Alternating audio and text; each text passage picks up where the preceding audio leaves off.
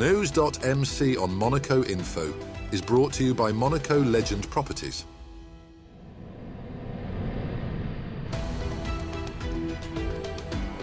Bringing you news on Monaco's economy, culture, sports and more.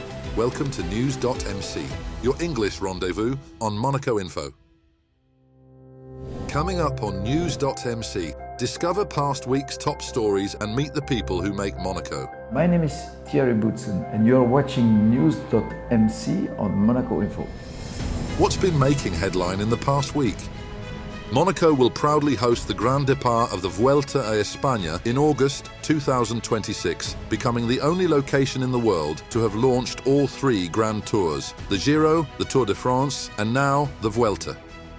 The countdown began with the official route presentation at One Monte-Carlo on October the 25th, and a course recon led by His Serene Highness Prince Albert II.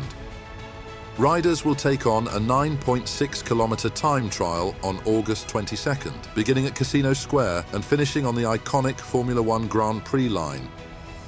The 100% Monegasque route was carefully designed to showcase the Principality's most emblematic landmarks, from Port Hercule to the Rose Garden and the Stade Louis II, while also delivering a technically demanding challenge for riders. With 25 turns and narrow descents, the stage will favour time trial specialists willing to take risks. Organisers are already working across all state services to ensure a flawless event, from logistics to safety to road quality. Locals are hoping to see Monaco's own Victor Langelotti take the start line, adding to what is expected to be a festival of cycling. The full 2026 Vuelta route will be unveiled on December the 17th at the Grimaldi Forum, with Spanish television broadcasting live from Monaco. The Monaco Red Cross once again drew crowds for its annual Grand Braderie, now in its second edition under the Fonvier market. The event was also visited by His Serene Highness Prince Albert II. Over 800 boxes of donated goods, from toys and baby gear to clothes, shoes, and even luxury items, were sorted and sold by 213 volunteers on October the 25th. The event is more than just a treasure hunt for bargain hunters. It's a vital fundraiser for the Red Cross's charitable projects. With cheerful shoppers walking away with puzzles, kitchenware and more, the atmosphere was lively and generous. Monaco has received positive recognition from the Financial Action Task Force, or FATF, for its progress in the fight against money laundering. The latest update, adopted on October 24th, highlights key improvements, including the hiring of 3 new magistrates within the Public Prosecutor's Office and successful efforts to seize assets linked to criminal activity. These advancements reflect Monaco's strong commitment to financial transparency and international cooperation. The Principality remains determined to continue on this path and exit the FATF grey list as soon as possible. Monaco's Oceanographic Museum has launched 3 exciting new features for the school holidays, blending innovation, science and history to delight visitors of all ages. Unveiled during a special evening event attended by His Serene Highness Prince Albert II, the additions begin with a major upgrade to the museum's historic conference room. A new audiovisual system featuring listening terminals and projected visuals allows visitors to hear the voices of past monarchs and key ocean advocates, offering a powerful journey through Monaco's legacy of marine preservation. The second highlight is the reopening of the museum's iconic 36,000-litre aquarium, now renamed in honour of Professor Jean Jaubert. Following months of complex restoration work, the tank once again showcases vibrant coral specimens and marine life. Finally, new commemorative plaques honour the museum's loyal patrons and partners, whose continued support enables its environmental and educational mission. The very first Grand Prix of Haute Joaillerie sparkled into life at the sporting Monte-Carlo, celebrating the finest in high jewellery craftsmanship. Organised by SBM, the event brought together exceptional pieces from a dozen prestigious maisons, including Bulgari, Boucheron, Chopard and Chanel. Actress Isabelle Huppert was guest of honour at the glittering evening, which culminated in an awards ceremony recognising standout creations. Chanel took home the top prize for Piece of the Year, setting the bar high for what may become an annual fixture in Monaco's luxury calendar. At the headquarters of Monaco's Public Safety Directorate on October the 27th, Her Serene Highness Princess Charlene met two very special new recruits, Boyka and Tyson, the Principality's first police dogs. Boyka, a Belgian Malinois, is trained to detect explosives, while Tyson, a Dutch Shepherd, can identify cash, another tool against money laundering, weapons and narcotics. The duo and their handlers recently completed training in France and now assist at major events such as the Monaco Grand Prix. Princess Charlene, who supported the creation of the Canine Brigade, praised their role in strengthening Monaco's security, fighting against money laundering and corruption, and protecting its citizens. Monaco is ramping up efforts to tackle cigarette litter with a new awareness campaign targeting smokers across the Principality. Just one cigarette butt can pollute up to 500 litres of water and pose a serious threat to marine life, prompting the government to act. The campaign avoids blame and instead encourages responsible behaviour with pocket ashtrays and public bins widely distributed. Crews from the SMA say butts are still a daily challenge, especially outside office buildings. With striking visuals now launched across press, roadways and social media, officials hope to inspire a collective effort to protect Monaco's shared environment. On October the 29th, Her Serene Highness Princess Charlene travelled to Martkopi, Georgia to support Monaco's U16 national rugby team during their training camp. As president of the Monegasque Rugby Federation, the princess was joined by her brother Gareth Whitstock and visited the Georgian Rugby Union's world-class training centre. While there, she also took part in a first aid workshop led by the Georgian Red Cross and the Princess Charlene Foundation. The day ended with two more wins for the young Monegasque players who are now preparing for the Dubai Sevens tournament in November.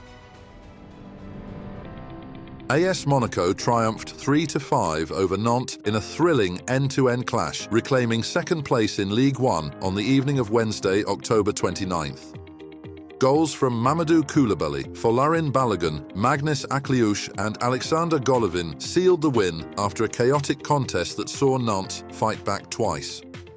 The result marks Monaco's second straight victory and leaves them just 1 point behind PSG. The Roca team delivered a thrilling 87-92 victory over Olympiacos in Piraeus on Wednesday, October 29th, showcasing grit, teamwork and star power. After a tense first half, Monaco came alive through Alpha Diallo, who dominated with 27 points, and captain Mike James, who added 23 points and 10 assists. Their sharp shooting and composure silenced the Greek crowd and sealed Monaco's fourth EuroLeague win of the season. Next up, our exclusive interview with the personalities making the Principality.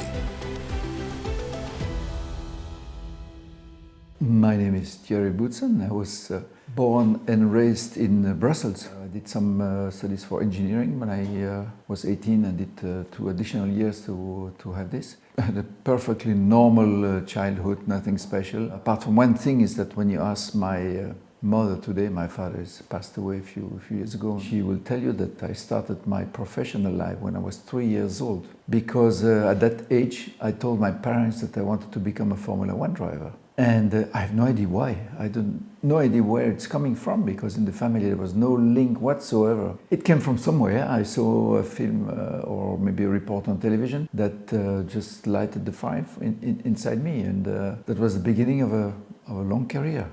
I call it a very good school for life, driving race cars and being a Formula 1 driver, because you need to be very, very strong mentally in everything you do. Never let things go down, never be pushed down by whatever can happen to you. It goes up to the point where I've lost many friends. I mean, during my career, I lost 15 friends. They were very close, we were racing together, and they died in accidents. On the other side, you need to look for sponsors as well, and to help your team finance the car and the racing. So it's a mixture of everything. I mean, you touch many different areas, and when you put it all together, it's a very good school of life, because you touch a lot of different points, important points in life. It's not something that I thought about it. I saw a lot of other people retiring when they got to a certain age. But I did, apart from Formula One, I also did a lot of endurance races, like 24 Hours of Le Mans, like 1,000 kilometers races in Monza, in Spa. I did the World Championship. Actually, I won the World Championship in 1986. I did a lot of endurance races as well. Until one day I was testing a car preparation for Le Mans 24 Hours. I thought to myself, this is extremely dangerous what I do. I should not continue that very long. And that was the exact moment where I started thinking about it and took a decision to have the Le Mans race as my last race.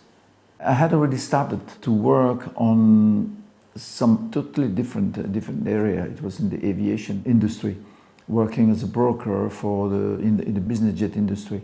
So buying and selling business jets first of all for France. In Formula One and in racing, my first client was Heinz-Harald Frentzen. Then I had Keke Rosberg, Mika Hakkinen, Michael Schumacher. They all came to me to buy or to sell an airplane or helicopter. That's how I got started. And in '99 I had this accident that put me out for a little bit of time. But at the end of the year 2000 I was competitive mentally and physically again. So I did that, and since then, well, I've been doing mostly that as a professional.